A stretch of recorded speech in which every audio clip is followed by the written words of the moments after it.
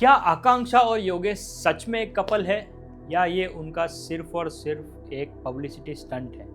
सिर्फ टीआरपी के लिए या वोट्स के लिए? क्या ये कोई गेम तो नहीं?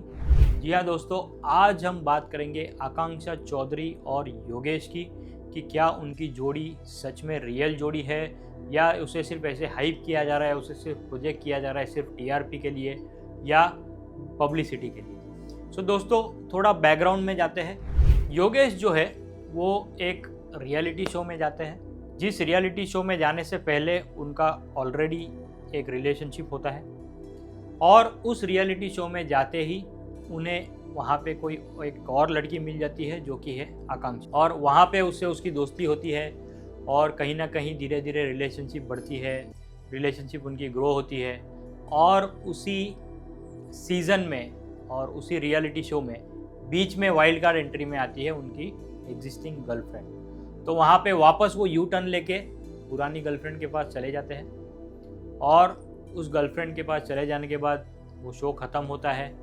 फिर शो ख़त्म होते ही उनका वापस ब्रेकअप भी हो जाता है और अब जो कि लेटेस्ट रियलिटी शो चल रहा है, आई थिंक उसका नाम लॉकअप है, उसमें वापस योगेश और आकांक्षा दोनों एज कंटेस्टेंट्स हैं और वहाँ पे भी दोनों की केमिस्ट्री को दिखाया जा रहा है या दोनों ऐसे ही एक साथ एज अ कपल दिख रहे हैं और बाकी कंटेस्टेंट्स भी ऐसा डिस्कस कर रहे हैं या बात कर रहे हैं कि ये दोनों कपल है एक्सेट्रा एक्सेट्रा एक्सेट्रा। तो आज हम चर्चा करेंगे क्या ये सच में कपल है और यदि ये सच में कपल है तो क्या इनका रिलेशनशिप टिकेगा purely purely purely on the basis of numerology, nothing else.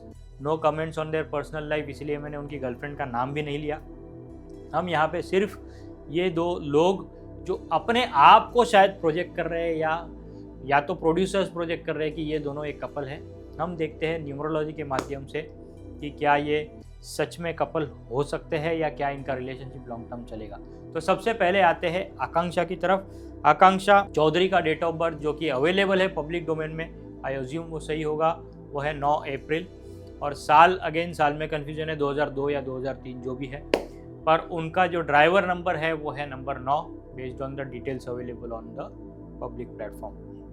तो अब इनका डेट ऑफ बर्थ का कॉम्बिनेशन जो निकल के आ रहा है वो है 9 और 8। इनके पास बर्थ चार्ट में नंबर 5 और नंबर 6 मौजूद नहीं है, नंबर 5 और नंबर 6 मौजूद नहीं है जो कि रिलेशनशिप के लिए की है, रिलेशनशिप के लिए मेन है। अब आते हैं योगेश की तरफ। योगेश का डेट ऑफ बर्थ है 4 दिसंबर 2003।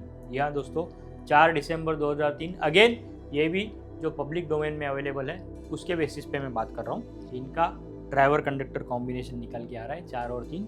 इनके पास भी नंबर 5 मौजूद नहीं है और नंबर 6 जो है वो उनका कुआ नंबर से आ रहा है। तो दोस्तों 6 नंबर इनका भी वीक है, वीनस इनका भी वीक है, शुक्र इनका भी वीक है। आकांक्षा के पास शुक्र है नहीं। सबसे इम्पॉर्टेंट बात मैच मेकिंग की अगर मैं करूँ, सबसे इम्पॉर्टेंट बात ड्राइवर वर्सेस ड्राइवर। आकांक्षा का ड्राइवर 9 और योगेश का ड्राइवर 4। 9 और 4, एक में आग है दूसरे में भी फायर है। सो बेसिकली दोनों ही फायरी प्लैनेट्स है, दोनों ही फियर्स प्लैनेट्स है, दोनों आपस में साथ में नहीं रह सकते क्योंकि दोनों ही एग्रेसिव प्लैनेट्स है। 9 और 4 दोनों आपस में एग्रेसिव प्लैनेट्स है। साथ ही साथ दोनों के पास नंबर 5 मिसिंग है, आकांक्षा के पास 6 नंबर मिसिंग है और योगेश के पास 6 नंबर भी कुआ नंबर से आ रहा है। तो अगर मुझे कोई पर्सनली पूछे तो ये रिलेशनशिप इतना स्ट्रॉन्ग नहीं है। ये केवल और केवल ज़्यादातर मुझे लग रहा है कि पब्लिसिटी स्टंट है, या तो अगर ये लोग रिलेशनशिप में आगे जाते भी है तो भी I don't see a probability कि ये इनका रिलेशनशिप ज़्यादा लंबा चलेगा, purely based on numbers, purely based on birth chart analysis. Match making दोस्तों इसीलिए इतना इम्पोर्टेंट होता है क्योंकि आजकल हम देख रहे हैं इतने सारे ब्रेकअप हो रहे हैं, इतने सारे किलिंग्स हो रहे हैं, मर्डर्स हो रहे हैं रिलेशनशिप में। वाइफ हस्बैंड का मर्डर कर रही है, हस्बैंड वाइफ का मर्डर कर रहा है, so on and so forth. This is the state where we are living in currently. हमारा देश ये सब चीज़ों से काफ़ी दूर था। आजकल जो ये चौंकाने वाली चीज़ें आ रही है, कहीं ना कहीं मैं कहूँगा कि रीज़न ये भी है कि लोग मैच मेकिंग नहीं करवाते, लोग चेक नहीं करवाते और फिर एक्साइटमेंट में शादी कर लेते हैं। नया नया होता है तो लस्ट होता है, एक्साइटमेंट होता है, जो भी होता है, अट्रैक्शन होता है, पर धीरे धीरे विद टाइम ये अट्रैक्शन, ये लव कम हो जाता है and slowly and steadily this relationship fades out. और कई केसेस में तो ये फेड आउट की वजह से लोग मर्डर भी कर देते हैं, अपने पार्टनर का murder which was never thought of till now, पर आजकल ये भी हो रहा है। इसीलिए दोस्तों इस केस स्टडी में, आकांक्षा और योगेश की केस स्टडी में, मैं कहूँगा it is not a good match. It would be wise for them to be friends, पर रिलेशनशिप में इनके लिए ज़्यादा लॉन्ग टर्म बेनिफिट या ज़्यादा लॉन्ग टर्म बॉन्डिंग नहीं रहने वाला।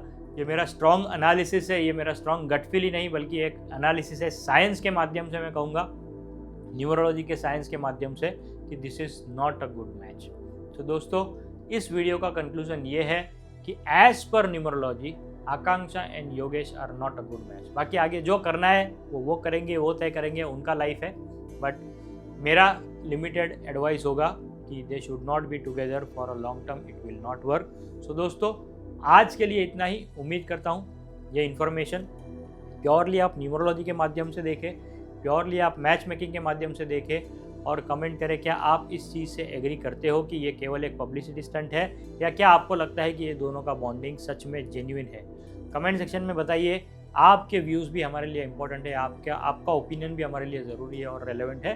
तो आज के लिए इतना ही, मिलेंगे आपसे अपने अगले वीडियो में। तब तक के लिए अपना और अपने परिवारजनों का ख्याल रखिए। Thank you, God bless you, her her Mahadev.